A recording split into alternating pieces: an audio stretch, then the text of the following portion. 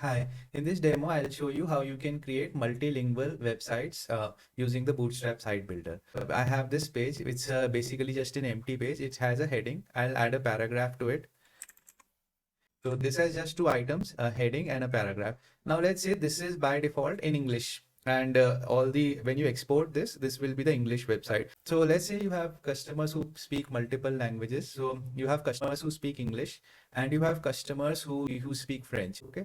So all I have to do is I'll just click this icon here and then I'll go to French and then I'll click on it.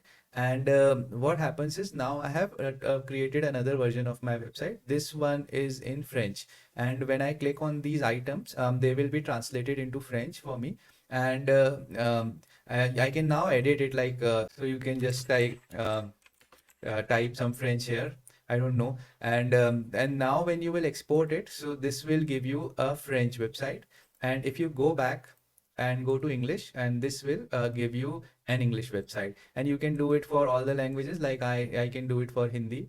If I go to if I like click this, and now I can edit it, and I will this will create a Hindi website. So now I have like multiple versions of my websites, and I can create it in all these languages. So I don't know if it's right or not, but this will help you create your website in multiple languages very, very easily.